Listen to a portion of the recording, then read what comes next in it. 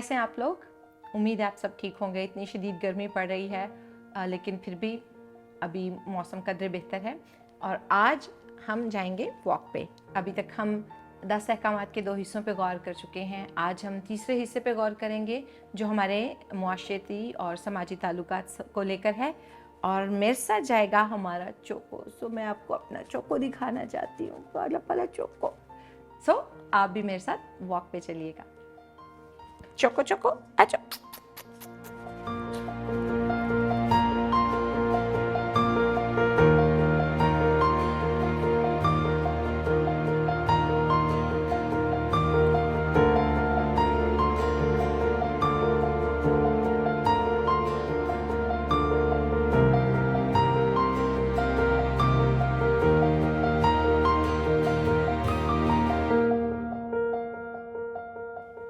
जब भी कभी हम कवानीन की बात करते हैं तो हमारे ज़हन में पाबंदी आती है। हमें ऐसा लगता है कानून होता है तो हम बन जाते हैं। बिल्कुल ऐसे ही जैसे मैंने अपने चौको को लीश पहनाई तो मैं इसको जहाँ चाहूँ लेके जा रही हूँ। लेकिन खुदावन के कवानीन ऐसे नहीं हैं। खुदावन के कवानीन दरअसल हमें आज़ाद करते हैं। अब आप कहेंगे ये कैसी बात है कि कवानीन हमें आज़ाद करते हैं। बहुत से लोग, ख़ासतौर पे नौजवान, अक्सर मैंने उन्हें ये कहते सुना है कि अभी हम खुदा के साथ नहीं चलना चाहते, अभी हम अपनी ज़िंदगी खुदा को नहीं देना चाहते, क्योंकि अगर हमने खुदा को अपनी ज़िंदगी दे दी तो हम बन जाएंगे, हम बंदिशों में आ जाएंगे, हम आज़ाद रहना चाहते हैं। यहाँ मैं थोड़ा सा आज़ादी की तारीफ़ पे बात करना चाहूँगी। आज़ादी क्या है? आज़ादी क्या ये है कि मैं जो चाहूँ करूँ? हाँ, आज़ादी बेसिकली है तो यही कि मैं जो चाहूँ करूँ।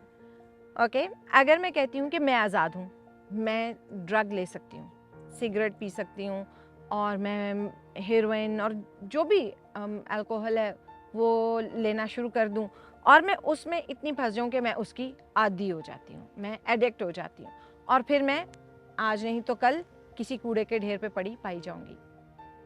तो क्या ये आज़ादी है? मेरे ख्याल में ये आज़ादी नहीं, ये ग़ुलामी है। जब हम अपनी आज़ादी अपने लिए इस्तेमाल करते हैं तो फिर हम इस मुआशरे को आज़ाद मुआशरा नहीं रहने देते। एक आज़ाद मुआशरा क्या होगा कि एक लड़की रात के 2 बजे भी चाहे तो इस सड़क पे चल सके, मैं अपनी गाड़ी कहीं पे भी पार्क करके चली जाऊं, वो चोरी नहीं होगी। मेरे लिए आज़ादी ये है कि मैं आज़ादी के साथ फिर सकूं, मेरे बच्चे आज़ाद हों, महफूज हों। ये बिल्कुल ऐसे ही है। जब तक मैं अपने घर में हूँ, मेरे घर का दरवाज़ा बंद है, मैं अपने घर के अंदर आज़ाद महसूस कर रही हूँ। लेकिन अगर कोई और आज़ादी महसूस करे और वह दरवाज़ा तोड़ के आ जाए तो उसने मेरी हदूद पर पाँव रख दिया और उसने मुझे महदूद कर दिया। आज़ादी बेसिकली एक बड़ी कॉम्प्लिकेटेड सी चीज़ है, लेकिन जब हम कवानीन पर अमल करते हैं तो फिर हम एक आज़ाद मुआशरा कायम करते हैं।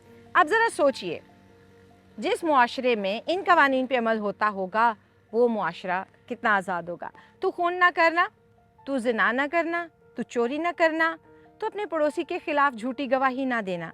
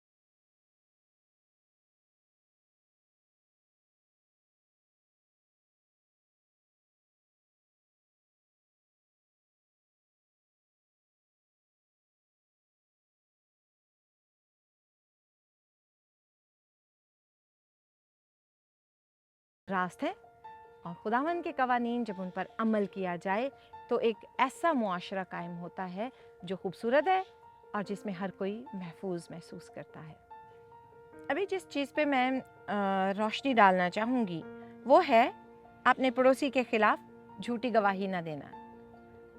ये झूठी गवाही क्या चीज़ है? बुनियादी तौर पे तो इसका ताल्लुक अदालत से है कि जब अदालत में हमें अपने पड़ोसी के बारे में कुछ कहना है तो वो झूठ पर मबनी ना हो, सच्चाई पर मबनी हो। बहुत दफ़ा हम इसको सिर्फ अदालत तक ही महदूद रखते हैं, लेकिन इसका ताल्लुक सिर्फ अदालत से नहीं है, हमारी रोज़मर्रा ज़िंदगी से भी है कि हम अपने जो साथ काम करने वाले, ना सिर्फ हमारे साथ रहने वाले, हमारे साथ काम करने वाले, हमारे साथ पढ़ने वाले, हर तरह के लोग, हमारे अजीज़ रिश्तेदार, ख़ास तौर पे जो हम अक्सर तफरीक रखते हैं ना, नान के दादकों की, ससुराल की, मैके की, ये सारे लोग भी इसमें आते हैं। और कैसी कैसी झूठी गवाहियाँ हम दे देते हैं इनके बारे में। अपने घरों में कैसे कैसे एक दूसरे के बारे में स्टोरी सुनाते हैं, झूठी बातें, अफवाहें फैलाते हैं, ग़ीबत, हर तरह की जो बात नाहक है किसी के बारे में हम वो कहते हैं। और मज़े की बात ये कि सुनने वाले भी उसको बहुत खुशी से सुन रहे होते हैं। और कई दफ़ा ना इन कामों में बहुत मज़ा आता है। ख़वातीन जब तक जमा होके ऐसी बातें ना कर लें, वक्त नहीं कटता। लेकिन ये सारे खुदावंद के इस हुक्म की खिलाफ वर्जी है कि हम अपने पड़ोसी के खिलाफ झूठी गवाही ना दें। और एक और चीज़ जिसको हम खुदावंद का हुक्म नहीं समझते और वो है लालच। तो अपने पड़ोसी के घर का लालच ना करना, तो अपने पड़ोसी की बीवी का लालच ना करना, उसके माल मुआशी, उसकी दौलत का लालच ना करना। सो लालच भी उतना ही बड़ा गुनाह है जितना बड़ा कत्ल करना या ज़िना करना। और अगर देखा जाए तो कत्ल करना, ज़िना करना, ये शायद वो जो लालच दिल में जन्म लेता है, ये उसका फिर अमली तौर पर एक इजहार होता है कि हम ऐसे गुनाहों के मुर्तकिब होते हैं। सो खुदावंद का कलाम बहुत खूबसूरत है, उसके अहकामात बहुत खूबसूरत हैं और उसने हमें इस बात की कुव्वत दी है कि हम अपनी मर्ज़ी से आज़ादी के साथ उसकी ताबेदारी को चुन सकें और फिर ये मुआशरा हमारे लिए एक महफूज मुआशरा, एक आज़ाद मुआशरा बन जाता है। और फिर इसी से हमें पता चलता है कि हमारा खुदावंद कैसा खूबसूरत खुदावंद है। अब हम अपनी सैर को जारी रखेंगे और बाकी बातें हम फिर किसी और स्पॉट पे करेंगे।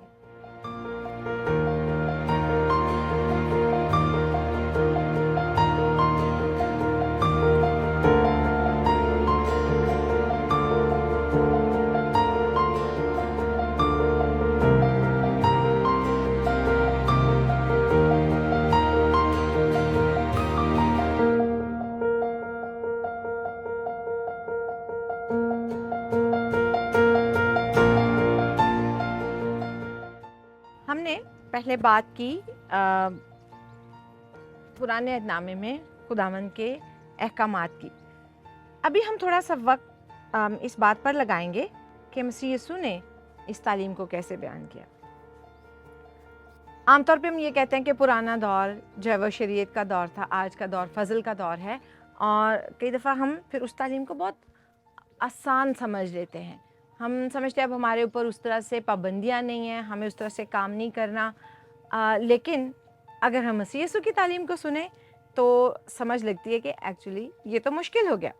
जैसे मत्ती की इंजील में खुदावंद यीशु मसीह कहते हैं, तुम सुन चुके हो कि अगलों से कहा गया था कि खून ना करना, और जो कोई खून करेगा वो अदालत की सज़ा के लायक होगा। लेकिन मैं तुमसे ये कहता हूँ कि जो कोई अपने भाई पर गुस्से होगा वो अदालत की सज़ा के लायक होगा, और जो कोई अपने भाई को पागल कहेगा वो सदर अदालत की सज़ा के लायक होगा, और जो उसको अहमक कहेगा वो आतिशे जहन्नम का सज़ावार होगा।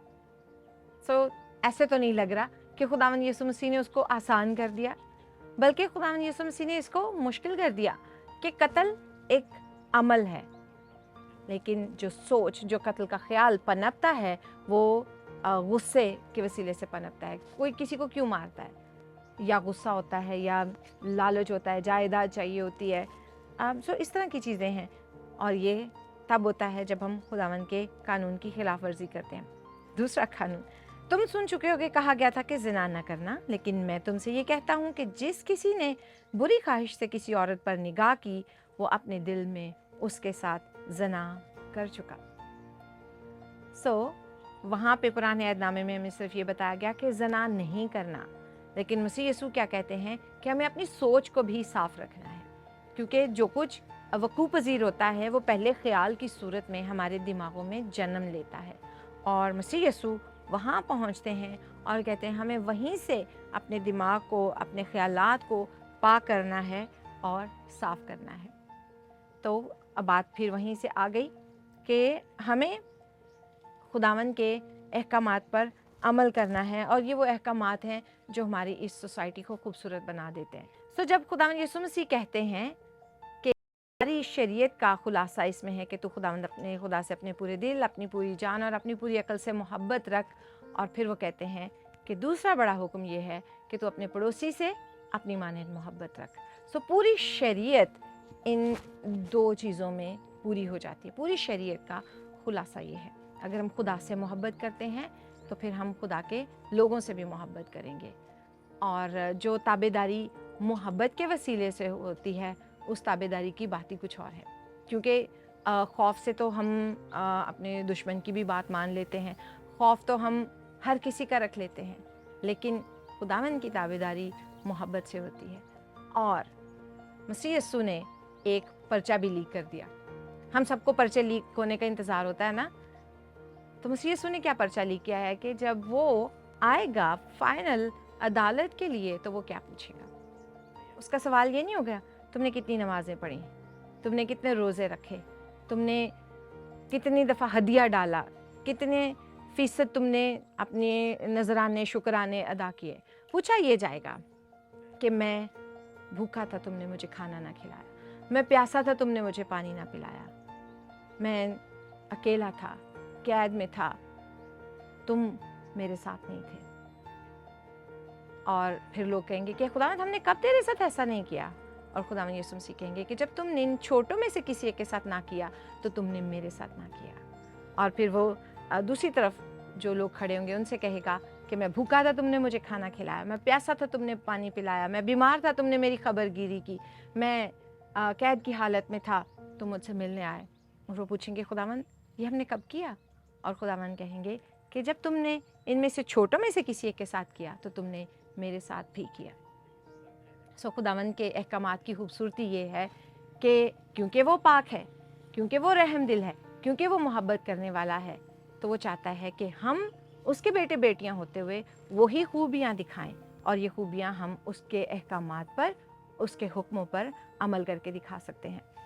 अब ये जो हमने बाइबल में तालीम देखी, इसका हमारे लिए हमारी ज़िंदगी में अमली इतला कैसे होता है, हम अमली तौर पे इन चीज़ों को कैसे ज़ाहिर कर सकते हैं, तो हम इन पे गौर करेंगे, साथ साथ वॉक करते हैं और साथ साथ हम इस पर बात करेंगे। तो आइए मेरे साथ और चोको के साथ हम वॉक करते हैं। चलो चोको, रेडी?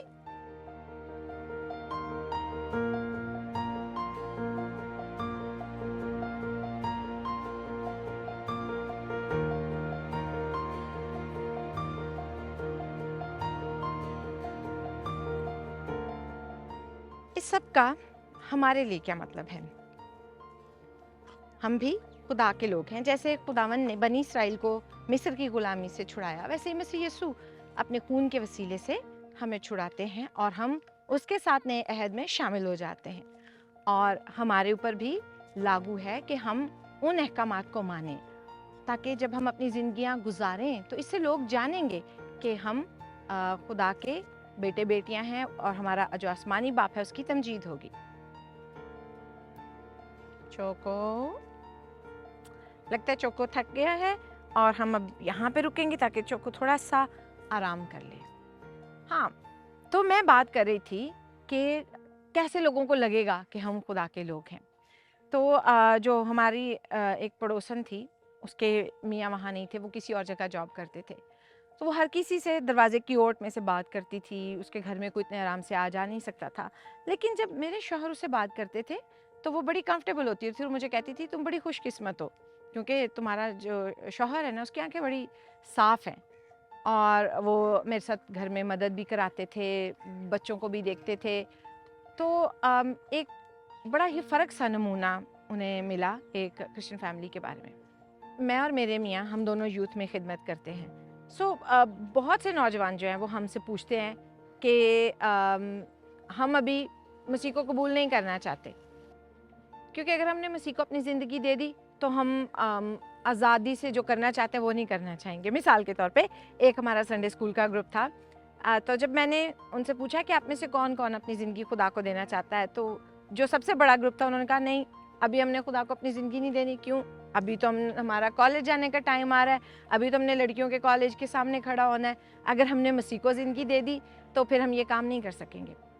आम तौर पे अपनी ज़िंदगी में हमें लगता है कि अगर हम खुदा के साथ चले तो खुशियाँ ख़त्म, एन्जॉयमेंट ख़त्म, आज़ादी ख़त्म। लेकिन ऐसा नहीं है। खुदा के साथ चलने में जो खुशी, जो जॉय मिलता है ना, वो खुदा के ख़िलाफ़ चलने में नहीं मिलता। और ये जो हम फ़ोन पे चीज़ें देखते हैं, पोर्नोग्राफी के मादी हो जाते हैं, तो ये वही बात है जो खुदावंद यीशु मसीह ने कही कि अगर तुम अपनी सोच में भी वो गुनाह कर लेते हो, तो अब हम कहें कि अच्छा, अगर मैं मसीह